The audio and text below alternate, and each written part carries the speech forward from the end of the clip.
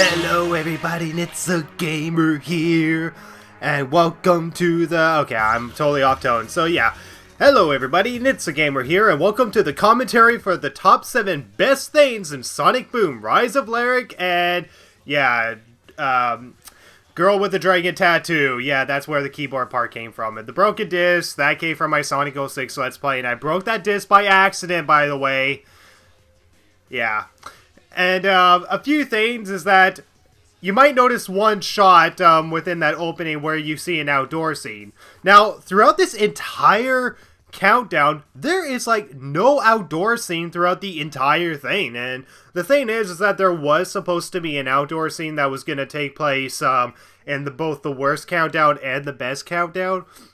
But it ultimately got cut out. So essentially you're seeing what you would call beta stuff left over in the countdown that, well, never got explored because, yeah, so that was an entirely pointless moment within the start of the opening, and yeah, I really love the way that opening played out. And the thing is that the opening was supposed to have me, along with like 2 other of my guest stars who of course didn't end up in the countdown, and yeah, since one, of course, dropped out and one just couldn't do it, I ultimately had to, well, work around to just doing this entire countdown myself. And the thing is that I felt like JR could really do much of anything within this second part like he could in the first part, so I kind of just scrapped his role entirely for part 2 and kind of just kept it focused to whatever the heck Nitsa Gamer's dilemma is, which is, of course, try to get over, you know, a bad game. Now, you might actually notice that with a lot of these live-action shots and all that, if you watch the worst countdown, the saturation actually decreases as it goes. And yeah, if you watch this countdown, you might notice that whenever I'm pretty pissed, the saturation is very low, where it's almost black and white, but there's still color. But then when you watch, you know, around here, when I'm talking about the best things, the saturation seems to be about average. And that you can tell the saturation is down, but, yeah, when you watch the worst countdown, you'll notice that the saturation starts to lose color over time. And that was actually an intentional choice to emphasize how much of the spirit and, you know, hope for the series that I am quote-unquote losing and whatever. And that was an intentional choice on my part. So yeah, pretty much just have to explain that I can't really find good things in this game, or at least not enough to say, oh, here are 7 good things. Like, the only good things that I can definitely say that are in this game is A, the voice acting, B, jeez, I'm trying to remember what good moments there are in this game. See, there's barely any good moments in this game. Sonic 06 at least had more good moments, and there are some people that have come up with legit good things and whatever, other than what I've come up with, and, yeah. Of course, glitches does not count as a good thing. That's not supposed to be intentional, so, of course, that doesn't count as a good thing, so, yeah. And I really love this opening. I try to get as much as the best clips as possible and try to make this game look good. And that was the whole point of this opening, is to try to make this game look as good as possible with the clips I added. And just to add to the effect, I have like the characters, you know, at least making sounds in the background. Yeah, I felt Lyric's laugh really delivered a perfect moment to have just before the title itself should appear. And considering that I used the title for the Sonic 06 countdown right when you have like the fireworks and all that in the opening scene, I felt it was fitting to use, you know, fireworks for the ending scene from this game, since it's, well, probably one of the more decent effects that is in this game, to be honest. Man. And yeah, the visual design, and yeah, the thing is that, as I said, the concept art of this, like, the concept art does look really cool, and you can tell that they were trying to bring something out, but unfortunately, with how repetitive the gameplay is, you are kind of more focused on trying to get through wherever you are, as opposed to admiring, like, the nature that surrounds you and whatever. And of course, when there's no nature shots, then yeah, it just becomes overall just bored and repetitive and whatever. Yeah. But man, those hub worlds in Sonic 06 are bad. But at least the hub worlds somewhat, or at least improved in Rise of Lyric, even though, yeah, there is the frame rate issues and lack of NPCs and whatever. And yeah, I guess you could argue that the hub worlds are at least somewhat more fun. Like not the forest one, but at least the Soliana town and city. And I honestly don't know what those two different hub worlds are, but you know what I'm talking about. The two different hub worlds in Soliana, not the forest. I guess you could argue that those two hub worlds are at least better than Bygone Island. And in many ways it is, but damn, that forest area in Sonic 06 just absolutely blows. And the thing is that there's not, you know, speed, like boost pads or whatever that can get you around to places, or dash pads. Yeah, it's dash pads in the main series and boost pads in this game. That's so funny how you're going through the trigger point and the characters just fall as you're on that zip line. That is just, oh man, screw this game. So yeah, when I was coming up with the best things in this game, I obviously knew that the stages weren't good in this game. I mean, there were ones that were decent enough, but not good enough. But I was trying to figure out, you know, what made them stand out. And yeah, some of the visuals in these stages do actually stand out, and they're not completely memorable, but they at least do stand out somewhat, and I knew that this would be very low on the list. I mean, this looks pretty impressive. I mean, you kind of have that heat reflecting off of the walls and whatever, but then once you get to the main area, of course, it's kind of like they just did a Griffin crap. Like, it looks like that structure is floating above water. It's ridiculous. Yeah, it's very sad to see that, like, you could tell that they were trying to bring something unique, and you could tell with some of the grass that is, like, coming out of the ground or whatever, like, you could tell that they were doing their damnedest to make this world as detailed as possible, and I really like how they're, you know, putting their effort to make that much detail, but then once you go to the more mechanical worlds, it just becomes, well, very damn repetitive because you're spending most of your time dealing with all the combat and all that. And God, these concept arts look beautiful. You could see the reflection in the water of the concept art, but you don't see the reflection when you see it in the game. Just, oh my God, it's just, oh man. If the Wii U could properly run this game, you know, the way it was supposed to be, I would have loved to see what this game would have looked like if it could run properly. But at the same time, it probably would have been better if it was on the Xbox One or PlayStation 4. But considering that Sega signed a deal to have like 3 different Sonic games for like the Wii U and such, you know, they had to get that to happen. So of course, that being Sonic Lost World, Sonic in the Olympic Games. I forget which one. I forget which year it was.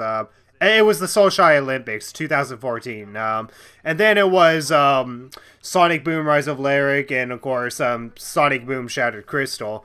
And yeah, of course they eventually come out with Sonic Boom Fire and Ice later on. And yeah, I've actually come to think of it, I don't think they've released another Sonic game since Rise of Lyric. Yeah, I don't think they have. Or, I mean, aside from Sonic Boom Fire and Ice, but that was for the 3DS. So yeah, Sonic Forces, multi-console, Sonic Mania, multi-console. So yeah, it'll be awesome to have these Sonic games finally on multiple consoles this time and not just restricted to, oh, if it's HD only, then you just have to play it on the Xbox or the PlayStation.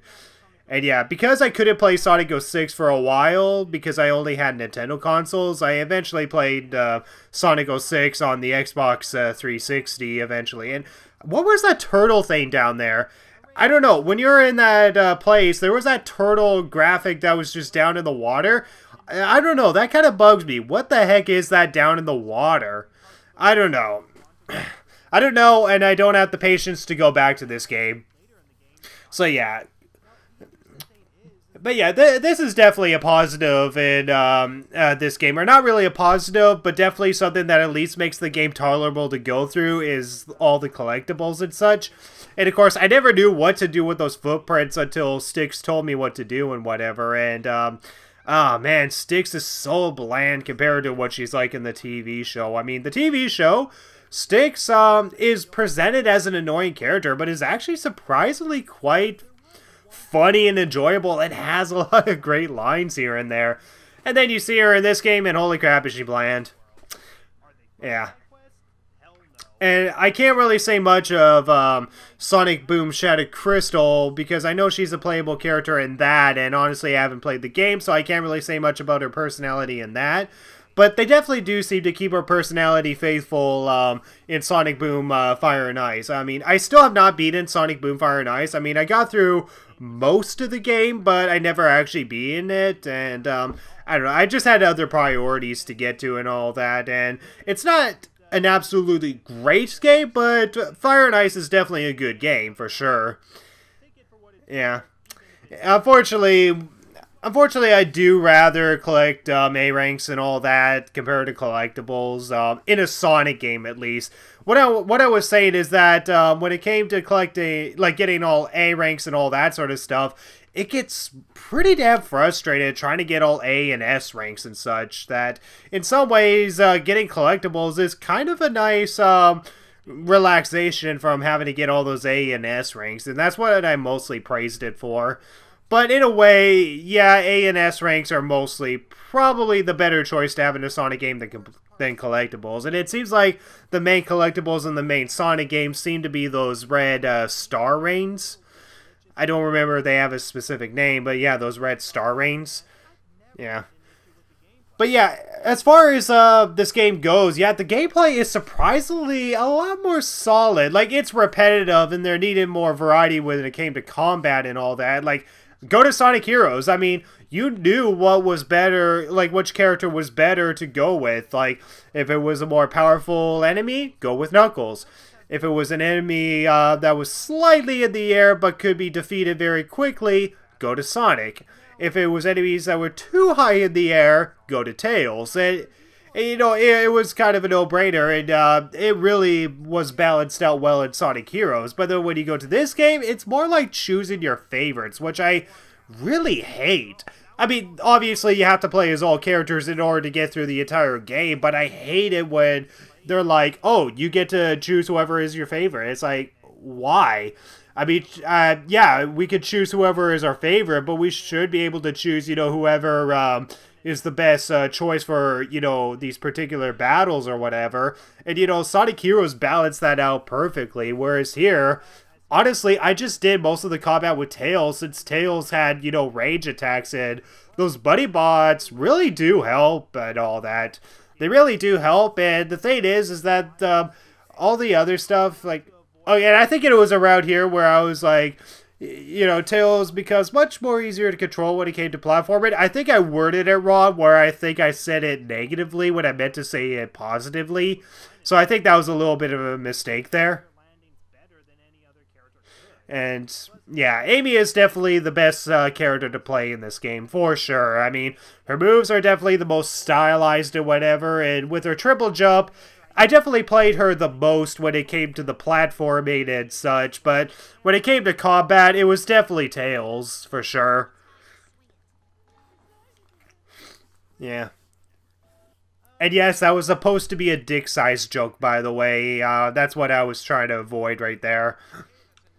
Yeah, that was supposed to be a dick-sized joke, and yeah. I mean, you can definitely tell, like, when it came to the platforming, yeah, there were particular characters that were best to use, you know, something for a particular scenario, but when it came to combat, no, I just stuck with Tails. And if I didn't have Tails, then it would either be Knuckles or Sonic. Yeah.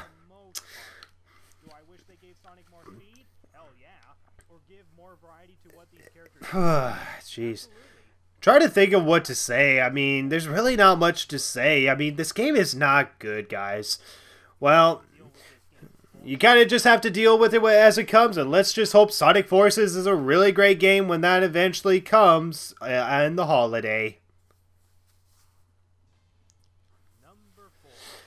And this is where I was kind of teasing where Eggman was going to be in my number 4 point just because of this comedy, but I thought to include that just because, well, I don't know, I wanted to shed a little bit of light on the game. But yeah, the boss fights in this game were actually surprisingly decent and actually kind of enjoyable at times. And honestly, it was actually the odd time that I actually found myself actually having a decent amount of time. I mean, that war boss, it was very repetitive when it came to the boss fights, but fighting against characters like Metal Sonic and Dr. Eggman were actually surprisingly enjoyable. They were great, but they were surprisingly enjoyable. And yeah, it seems like, yeah, Shadow seems to go, nya, nya, nya, nya, nya, nya. Yeah, he goes, nya, nya, nya, nya, nya, nya, and that seems to be your perfect moment to attack and such. And yeah, that definitely seems to be the type of thing that you would expect when it comes to a boss and whatever.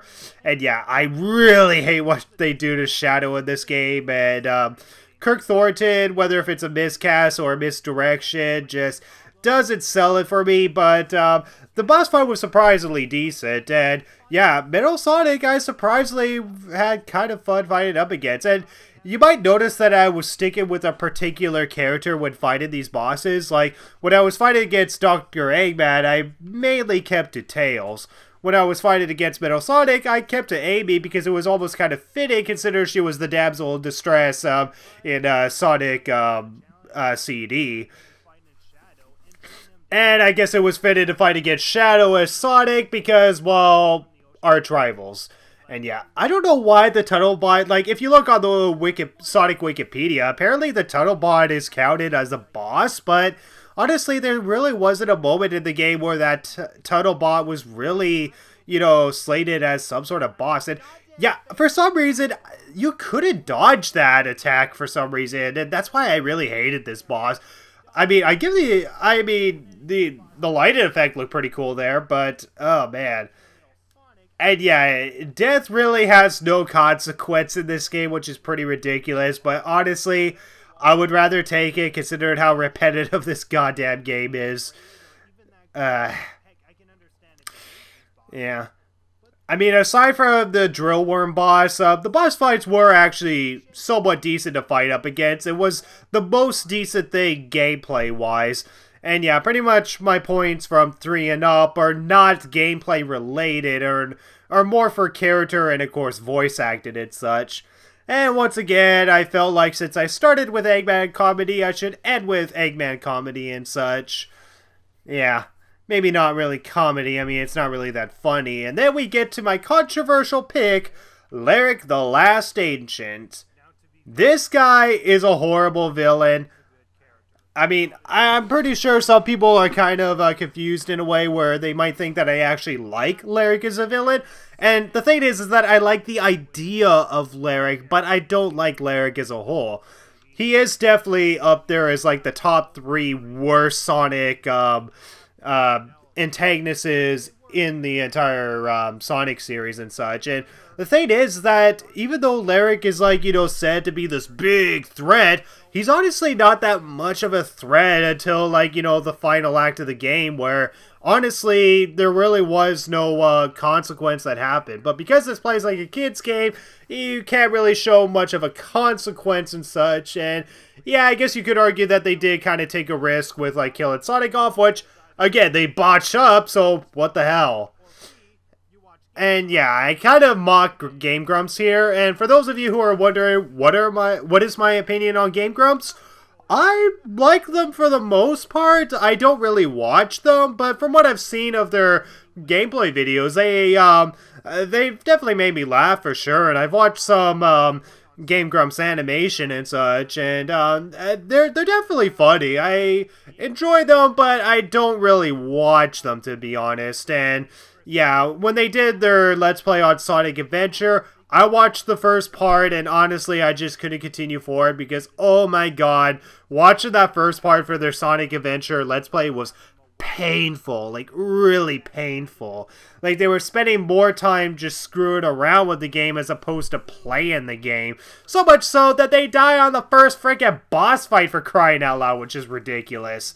But yeah, I don't hate Game Grumps, and I only meant to mock them just because they usually spend more time talking over exposition and not really, you know, caring about allowing their viewers to be sucked into the story and such. Like, that's not what they care about. They only care about, you know, being entertainers, and that's pretty much all they are. And in some ways, I do like it when they do that, but at the same time, I would rather watch someone who can get engaged within a game and whatever. And this was my attempt to be all deep and serious, comparing comparing Lyric as Lucifer, the Ancients as angels and such, and of course, doing some sort of Pulp Fiction comparison, apparently. But yeah, basically saying that we don't need the answers completely, because even with, like, you know, Shadows Past, there was still a little bit of mystery here and there, but we could still fill in the blanks. Here, we could still fill in the blanks, but as I said, they don't go anywhere with the character. And yeah, what is it with penises being in bad products by accident? I mean, The Last Airbender. I know there was a bunch of unintentional penises that appeared in films and such, but yeah, this is an example of an unintentional penis that appears in this game. It appears on those sentinels that are in the background. Yeah. But yeah, I do like the concept for Lyric, and it is admittedly an interesting backstory and such. But the thing is that that's immediately where the good stuff with Lyric ends. Like, I like the idea that he, you know, tries to, like, he believes that technology is the way to thrive and all that. But the thing is that after we see that backstory, there's, like, no character development whatsoever. And it's like, why? Why can't you give this guy more development? I mean, I really wanted this character to be really unique and interesting. And instead, he just becomes just a bland tool for kids to go, oh no, he's a bad guy because the game says so. So I'm just going to say, yeah, he's a bad guy. We're good guys. So we got to act all stereotypical. And it's just, oh my god. I know you're directing this towards kids, but come on, you gotta at least add some bit of complexity to your villain or something. You know, make them sympathetic. You know, like, Merlina from Sonic and the Black Knight. Again, spoiler that she's actually the main antagonist of that game. But, you know, she had an understandable dilemma, and one that we probably go through, where we can't comprehend the idea that there's an end, and that, you know, at the end there's death and such. You know, it's demeaning and whatever, but in the end, we have to accept the fact that all things come to the end. With Lyric's situation, it's, of course, you know, accepting, you know, the balance between nature and technology and all that, and, of course, taking his blame on all that are not responsible, and believing that technology is the only way to thrive, and, oh man, what a slithering asshole. And the problem is that, yeah, the really bad guy, like, they try to emphasize how much of a bad guy he is, as opposed to actually developing him. Like, if you want to make this character relatable, or not necessarily relatable, but likable, make us understand a little bit more of his dilemmas. Make him think about what he's going through. Or make him go to some sort of extreme or whatever, which I know they can't do because it's directed towards kids, as I said. But, you know, at least make him have a little bit more character in the present time, as opposed to that bit of character that we did actually get in his backstory. And, oh man, it's such a huge missed opportunity. But yeah, Lyric is a terrible character as a whole, and a horrible villain. But the reason why I put it as a best point is mostly for the backstory, not Lyric as a character. But when it comes to Quincy, on the other hand, he's actually surprisingly a decently enjoyable character. And the thing is that just like Styx, this is a character who could easily get annoying. And considering that he was intended to be your guide in the game like Omochao was, I'm really glad that they scrapped that role, because, oh my god, it's just, you know, having Quincy at least have some sort of connection to Lyric and all that is just, you know, that's all you really need. And even if his appearances are short and he only appears by Cliff's tent until you go to the ocean purification plant, and then, of course, to the last level of the game, you know, even if his appearances are limited, he at least had a little bit more character as well as development, more so than Lyric and pretty much anybody in this game. I mean, yeah, they try to give Sonic and his friends development, particularly Sonic, but as I said, not only do they make Sonic a dick, but it's not character development, it's just a force and realization. Whereas Quincy, who is a robot for crying out loud, makes a choice. You know, he should be programmed to do nothing but obey Lyric, but obviously there's a flaw in his program that he wants to make a choice. And yeah, around this moment, yeah, when I cut to an audible thing of her saying thank you and whatever, that was not what was supposed to be there, and that kind of bothers me. What I was originally gonna add is what I was originally gonna add there is that I was gonna say, I mean, for crying out loud, you know, hating on nature is like the equivalent of us, like, hating on God for creating us. And then I would have some sort of asshole try to kill God, and of course God would feel tickled every time he gets shot in the head or something. And honestly, it was an idea that I wanted to go controversial on, but I kind of just cut out due to time constraints, and honestly I thought it would be a little bit too controversial. And considering that I already did a God joke in the Sonic 06 countdown with Elise kissing Sonic, I think it was definitely something that was worth cutting out. So yeah, I mean, I'm pretty sure some of you are like, there should be, like, you know, no problems, you know, with, like, you know, some bit of satire when it revolves around God or Jesus. I mean, South Park does it all the time. But the thing is, not everybody watches South Park, and of course, you know, not everybody is going to get satirical humor and, you know, treat it, you know, in a humorous way. I mean, unfortunately, there are people that will take an offense to that, or will accuse of taking offense to it, even if they're not the ones offended. And I just didn't want to risk it, so I ultimately just cut it out. And yeah, but yeah, that's what I kind of like about Quincy, is that he makes his own choice and whatever, and that, you know, he wants to be like an organic life form instead of just be, you know, friends with them and whatever. And considering that he was built to work with Lyric, it's kind of admirable to see, you know, a robot character like him rebel. I mean, he's not as great as Gamma. I mean, Gamma is, like, far superior. But, you know, at least they try to at least give that kind of character into Quincy. And they do kind of, you know, make it somewhat unique, even though he probably could have had, like, more screen time. In fact, I kind of hope we do see him in the Sonic Boom television show, to be honest.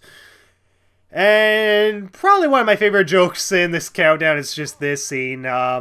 Just the relief that I did not have to fight off those robots. And, oh, thank you, Quincy. Thank you, thank you, thank you, thank you. You definitely deserve to be on the TV show, man. You definitely deserve it.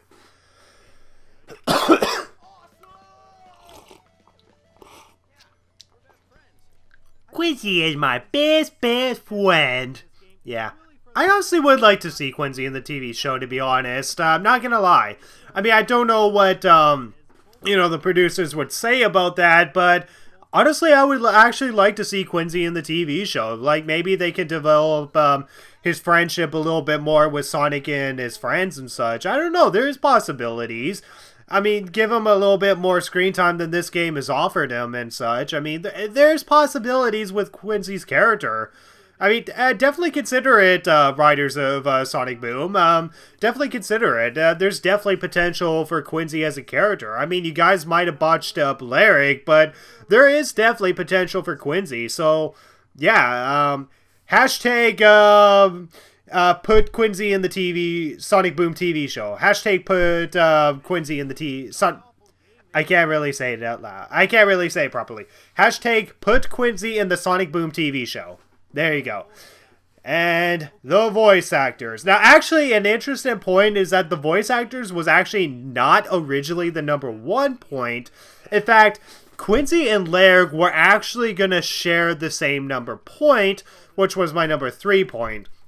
In that, I would talk about, you know, Lyric's backstory, and of course, Quincy, you know, being probably the best character in this game and such. And the thing is that I kind of felt like they were quite polar opposite, that they were worth their own point. And you know, the voice acting is probably the best part in this game that I ultimately decided, you know what, that should be my #1 point. So you might be asking, what was my #1 point if number 2, or if number 3 was going to be Lyric and Quincy, and number 2 was going to be voice acting? Well, #1 was actually going to be the theme of nature versus technology.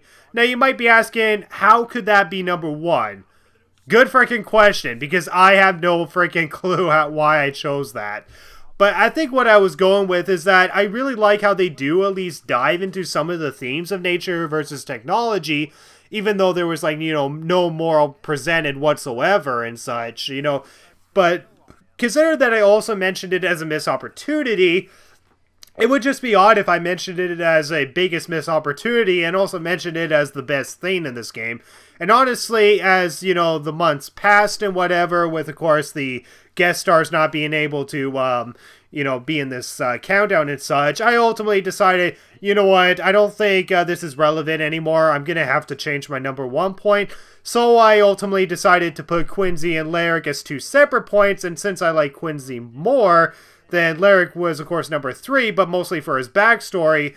And Quincy became number 2 because he was at least an interesting character in a way.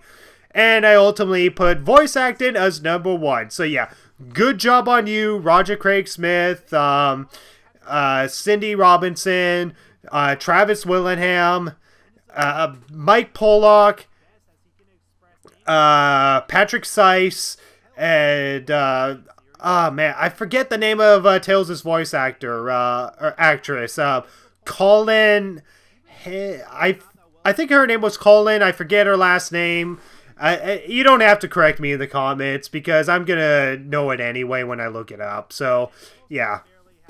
But yeah, the voice acting was surprisingly decent. I mean, even with the side characters, you know, they at least, you know, match the stereotype. And, you know, you could tell that the voice actors were at least trying to get a character out of them. And for the most part, they really do work.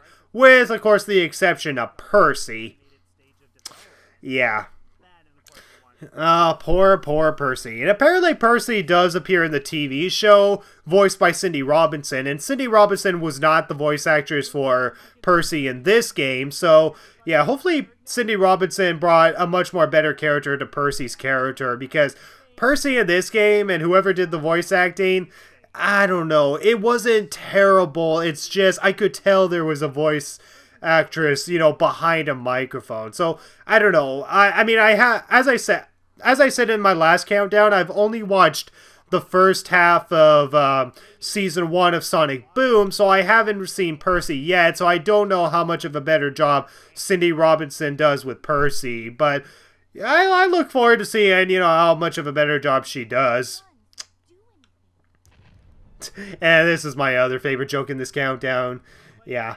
And the reason why I had the Ocarina Guard there is because I was actually going to have a Zelda countdown afterwards, but I didn't really have time to make a Zelda countdown, and honestly, Breath of the Wild was coming out very soon, so I ultimately just didn't make a Zelda countdown. But yeah, I definitely do want to make a Legend of Zelda countdown eventually, for sure, because The Legend of Zelda is actually my favorite video game franchise of all time. Sonic is definitely probably up there in my top 3 or top 5, but when it comes to video game franchise, Legend of Zelda is my #1 favorite, and yeah. And yeah, this was actually definitely the hardest to address, was whether or not if Kirk Thornton was, you know, did a good job as Shadow or not. And for the most part, I don't like the voice that Shadow has, but at the same time, Kirk Thornton doesn't necessarily do a bad job. It's just the direction for Shadow is just so poorly done and just so forced and just, oh man. And I don't know what he would sound like in the main series, or if he did, you know, Shadow in the main series. I think he did in Sonic Free Riders, but I haven't played that game, so I can't really judge. But, oh man, I really hope that Shadow's voice does improve the next time he does appear.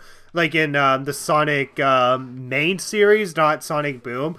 Because honestly, I really could care less about Shadow in Sonic Boom. But yeah, Kirk Thornton does a great job as Cliff. the wolf guy, I forget his name, a T.W. Barker from the TV show, and Cubot. And yeah, and Orbot and Cubot, just be glad that you aren't in this game. At least you get to be, you know, cute, rounded and squared robots in the TV show and whatever. And yeah, I honestly really like Orbot and Cubot. I think they're pretty funny. They have some really good moments and such. And I think they're the best henchmen that Dr. Eggman has had, you know, other than, of course, Shadow and Rouge from Sonic Adventure 2. But, of course, talking about robot henchmen, you get, like, the really annoying ones that are like, it's just, man, I didn't really like those two from the Adventures of Sonic the Hedgehog, to be honest.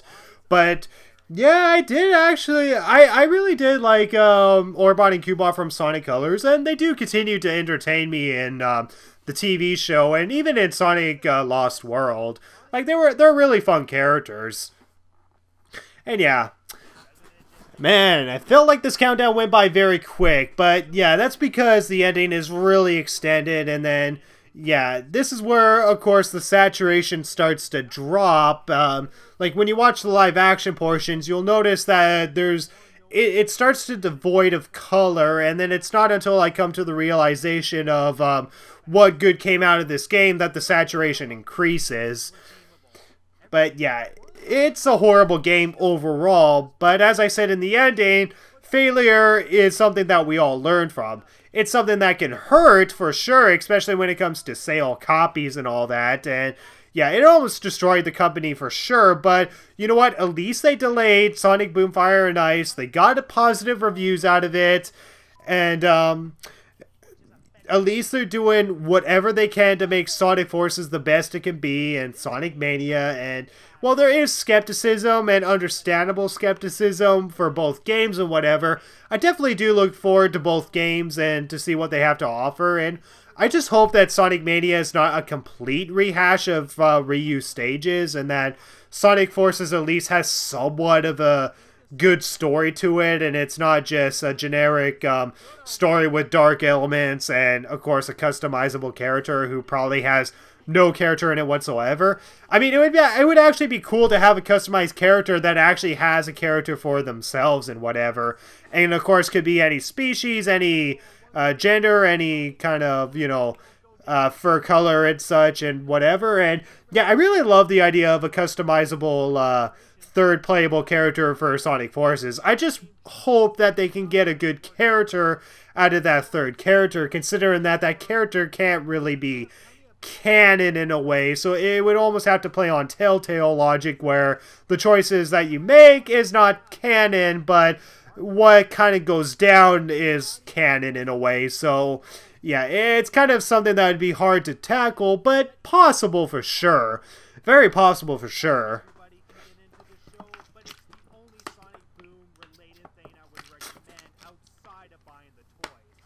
And yeah, as far as the Sonic Boom toys are, if you watch my Sonic Boom vlogs where I did a review on, like, you know, the TV series or whatever, I actually do have the plushies for Sonic, Knuckles, Amy, and Tails. And I couldn't find a plushie for Sticks, so I don't have a plushie for Sticks, and I don't have a plushie for Eggman, Orbot, and Cubot, and whatever. But I do have the plushie for the 4 main characters, and yeah, I've used them in my Sonic Boom vlogs. And yeah. And, yeah, if you're watching this, Stephen Frost, I do not mean any offense to you. Again, this is all satirical purposes. The only reason I am overreacting is just so I can make the ending message stronger. And yeah, as you can tell, the saturation is very, not only dark, but it's kind of devoid of color. And it's better seen when you go inside of my room. Like, it's almost black and white, but you can still see the color. And, of course, the color reflects off of my shirt and whatever. You know, obviously showing that there is that bit of spirit there. No matter how deep of a hole that you may feel with the series and whatever, you know, it can always bounce back one way or another. And, yeah, once again, Sam and Aaron make an appearance in part 2 of my countdown just to continue what email they got from SFS in part 1. And yeah, as you can see, he's moving all by himself. They are entirely real, right, guys? Yes, right. You got it. Yeah, see, guys, they're entirely real. So, yeah, they're way off in the background. So, guys, I prefer if you weren't talking. Jeez, jeez.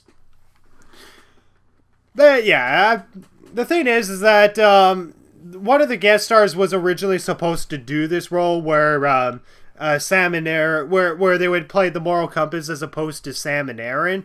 But the thing is that once the guest stars dropped out, I ultimately figured that I might as well have my supernatural friends at least shine because, well, when they're moving around, talking, and doing whatever they have to say, you know what? I'm going to have to expose that they're real one way or another. So, yeah.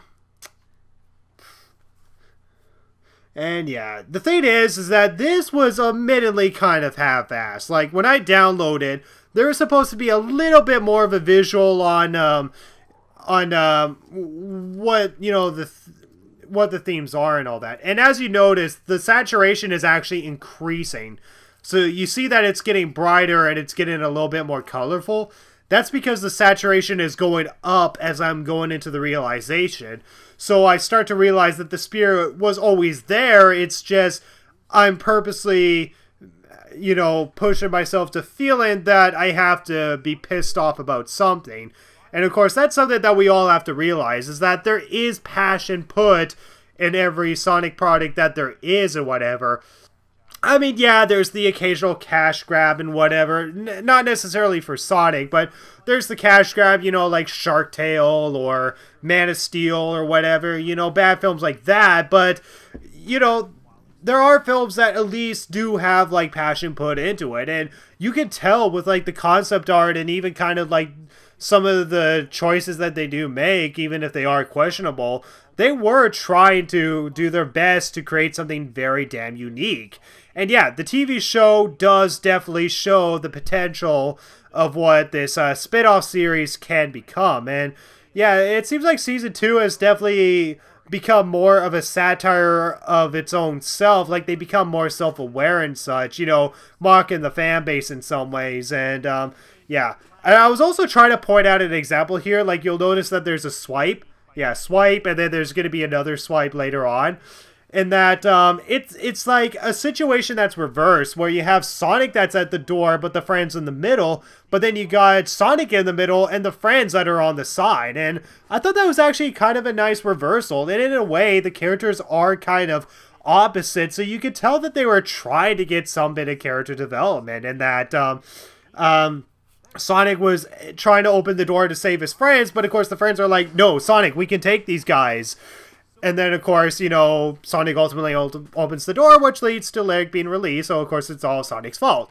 But then when you reverse the situation, it's actually Sonic that's saying, no guys, don't do it, we can take him, and whatever. Just like how Amy is like, we can take these guys, and whatever. But it's Sonic in the later scene that is saying, no, we can take him, but it's the friends who ultimately give up in order to try to save Sonic, which of course ultimately leads to Sonic's, well, death. Like they would ever take that opportunity. But you can definitely tell that they were trying to do their best to, you know, bring something unique out. And even if it fails in the end, again, failure is something that we all learn from. And it's something that hurts and, of course, can affect, you know, the fan base and the reputation. But ultimately, in the end, we have to put up with some negativity in our lives.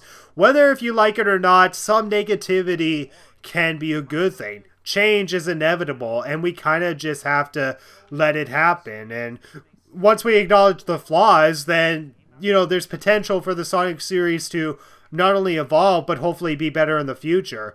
Like, Sega definitely knows that they made the mistake to have this game be released when it was not even finished. And honestly, considering that they didn't send out the review copies, you think they would have figured that they would have delayed it? I don't know what the contract was on their part and whatever, but whatever the case, it's such a shame that we're never going to get the Sonic game that they wanted to give us. And it's such a shame. It's such a real shame. But in the end, hopefully we move on to not only better Sonic Boom content, but better Sonic games. And yeah, I just seriously hope that Sonic Forces does whatever it can to, you know, be not only a good story, but also bring potential to what, you know, the characters can go through, and even kind of the customizable character. Like, what kind of character is he gonna have? And yeah. And honestly, I don't know what Big Red Button is up to nowadays. Like, they're definitely not doing anything Sonic related, but I definitely hope those guys are doing better than what this game has given them. And yeah. But yeah, Sega definitely learned from their mistakes with getting this game out early. I mean, the Sonic Boom TV show definitely got better as it went. Like, the first few episodes and such were definitely not good, but as the episodes went on, not only were they getting better, I mean, yeah, there's a few duds here and there, but not only were they getting better, but Sonic Boom Season 2 seems to be getting a lot of praise for its satirical, you know, writing and such. And yeah, it ultimately in the end, there is potential for the Sonic Boom franchise. And for the fact that they did delay Sonic Boom Fire and Ice shows that they want to, you know, at least give something that is worth our time. And in the end, I did have fun with Sonic Boom Fire and Ice. Is it a absolutely great game? Probably not, but I did have fun with it for sure. I mean, I haven't beaten it, but I definitely had fun with it for sure, so they are definitely learning from their flaws and whatever. And yeah, and as I said, there are definitely other bad Sonic games in the franchise. You know, not just 3D. I mean, I hate it when people are like, oh, 3D, all 3D Sonic games are all bad and whatever. It's just, pff, screw you guys. I mean, yeah, there are bad 3D Sonic games, but there are bad 2D Sonic games as well. I mean, Sonic Blast, or Sonic 3D Blast, like, it's pseudo 3D, and honestly, it was just, blech. And then, of course, you got the Sonic the Hedgehog port for the Game Boy Advance, which was horrible frame rate. And considering that a fan was able to make a ROM hack to actually make it better, definitely proves that there is potential for Sonic to actually be, you know, not only good with what, you know, you see. Like, there is potential for Rise of Larry to be really good. It's just a shame that we don't actually see the final product. And I kind of cringe at this last bit of moment because I hate this game as a whole, but just to deliver that shocking punchline, I just had to say, I am glad to have played Sonic Boom Rise of Lyric. I know I had to say that line. I hate the game. I'm not glad, but I'm kind of glad that I at least, you know, played it so that way I'm not, you know, taking the point of views off of everyone else and such. And, you know, I'm at least giving my own perspective and such. And yeah, I knew that whatever this second countdown had to be, I had to end it positively. Not only with a moral, but with, like, you know, the main theme and showing the concept art, so that way you feel a lot more positive. Like, the intention for this countdown was to make you feel better about the game than when it first found you. And if this countdown succeeded to make you guys feel that, then that was my intended purpose for this countdown. Sonic 06 was to talk about the positives, but this countdown was to make you feel better about the game when it first found you, but accept it for the failure it is, and hopefully we get better Sonic games to come with Sonic Forces, and of course, Sonic Mania. So thank you guys so much for watching this commentary, and yeah, I'll hopefully see you guys in a Shadow the Hedgehog countdown, and yeah, thank you so much for watching, and take care, guys.